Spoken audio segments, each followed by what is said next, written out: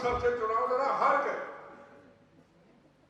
अमृतसर हार गए। वो हिंदुस्तान के उनको अर्बन डेवलपमेंट मिनिस्टर बना दिए, फॉरेन सेक्रेटरी रहे हिंदुस्तान के, उनको मिनिस्टर बना दिए, कोई इलेक्शन नहीं लड़े। अजीत डोभाल जो पाकिस्तान में इंटेलिजेंस ब्यूरो में रह के 6 साल फलों की रेडी लगाते रहे, मजदूरी का काम करते रहे, रिक्शा चलाते रहे, भारत मां के लिए पाकिस्तान में मौत का कफन बांध करके जिंदा आना मुश्किल है, वापस आए। अच्छा काम किया उन्होंने। आज 370 धारा अगर हटी कश्मीर के अंदर, आज अगर आतंकवाद हिंदुस्तान के अंदर खत्म हुआ, आज हिंदुस्तान के अंदर कहां आतंकवाद बताएं? कभी ट्रेनों में ब्लास्ट होते थे, कभी 26/11 की घटना होती थी, कभी पार्लियामेंट में हमला होता था, कभी जगह जगह ब्लास्ट होते थे। दिवाली के दिनों में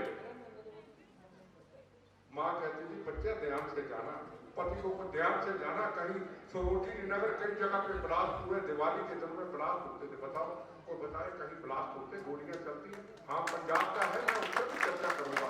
कहीं है नहीं। वो अजीत डोभाल था जो जासूस बनकर के वहां बैठे और पाकिस्तान की सारी इंफॉर्मेशन इकट्ठी की, अपना दिमाग लगाया और अब्दुल कलाम की तरह उनको आज हिंदुस्तान का प्राइम मिनिस्टर का सुरक्षा सलाहकार बना दिया।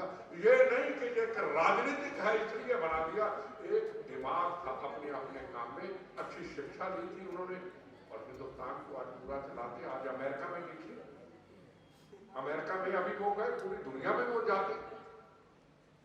मेरा आपको ये कहने का मतलब कि अपने दिमाग में, अगर हमने अच्छे डॉक्टर बनना, ऐसा डॉक्टर बनो कि लोग आपकी प्रशंसा करें। मेरा शरीर पप्पू से छाने नहीं, मैं चल नहीं सकता हूं, मेरे शरीर में कई प्लेटें पड़ी हुई है। 14 बार आतंकवादियों ने हमले किए, जो रिकॉर्ड में नहीं है, वो कई 100 बार किए होंगे हमले। कहीं मेरी गाड़ी रुक गई, कभी मेरा कार्यक्रम कैंसिल हो गया, कभी वो पकड़े गए, कभी उसकी पॉलिसी फेल हो गई, बम चलाने, बम कितने चले बताओ? गोली नहीं, 40-40 किलो बम, 100-100 किलो बम, जो पूरा बठिंडा मानसा अगर 2-2 किलो लगा दिया जाए, पूरा उड़ा दे, वो मेरे टूटे से शरीर पे कई बार लगा दिया, मैं बच गया। कई लोग मेरे साथ, मेरे जवान इस दुनिया से चले गए, मेरे दोस्त चले गए, मैं बोनस की जिंदगी हूं, मैं बच गया। पर आज मैं चल क्यों रहा हूं? भगवान की कृपा तो है, बुजुर्गों का आशीर्वाद तो है, मेरे डॉक्टर अच्छे थे। मैं जा रहा था अमेरिका इलाज कराने, जब मेरा पैर उतर गया बब्बों से, सामने हर तरफ खून, बच्चे स्कूल में जाते हुए उनकी तारों के ऊपर किसी की टांग लटकी है, किसी का हाथ लटका है, घोड़े जाते हुए घोड़ा आधा ऊपर लटका हुआ है अमृतसर में, मैं देख रहा हूं हर तरफ खून, मेरे पांव से खून, बाल्टी की बाल्टी खून, पर बेहोश नहीं हुआ।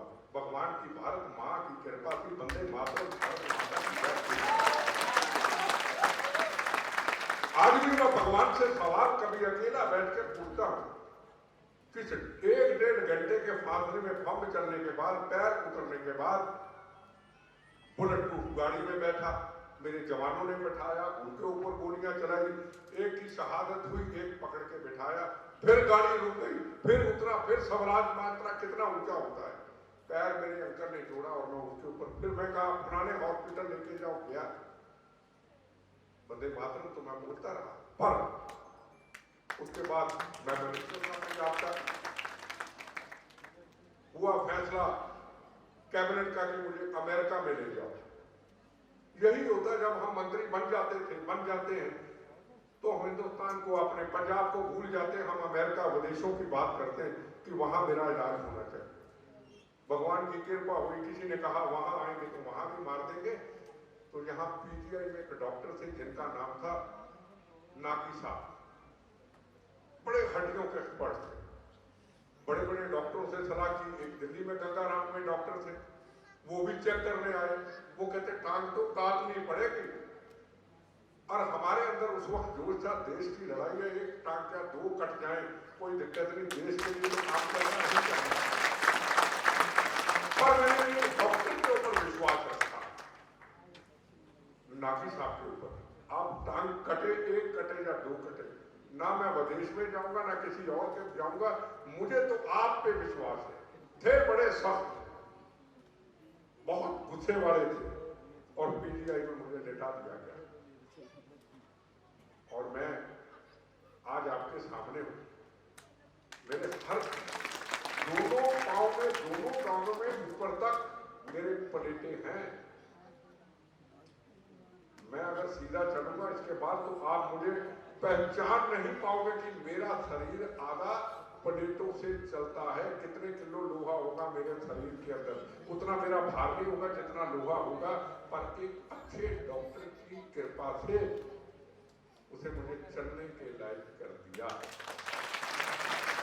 फिर पंजाब के मंत्री के बाद मैं आपको अपनी बड़ाई प्रशंसा नहीं कर रहा हूं, मैं डॉक्टर की, क्योंकि आप उस लाइन में है। हमने कैसे बढ़ना है, कितनी जिंदगियां बदल सकती हैं अगर हम अच्छी शिक्षा ले तो।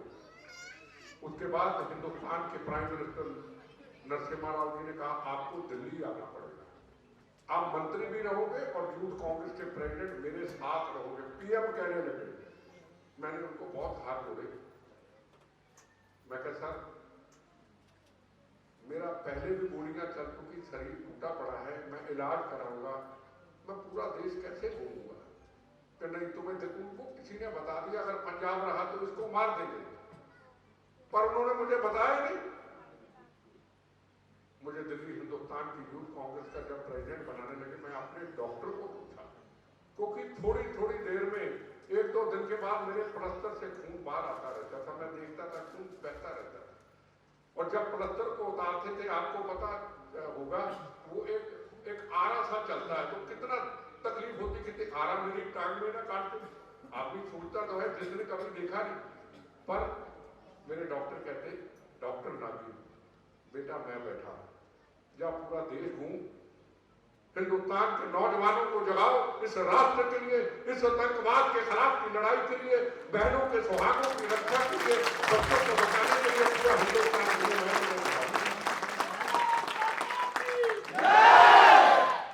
मैं तुम्हें संभालूंगा। केरला के अंदर एक बहुत बड़ी कॉन्फ्रेंस थी, लाखों की भीड़ थी, मुझे और प्राइम मिनिस्टर को बुलाया गया, यूथ कांग्रेस की रैली थी। प्राइम मिनिस्टर मेरे साथ बैठे थे, मेरी टांग ऐसी थी, नीचे कुछ रखा हुआ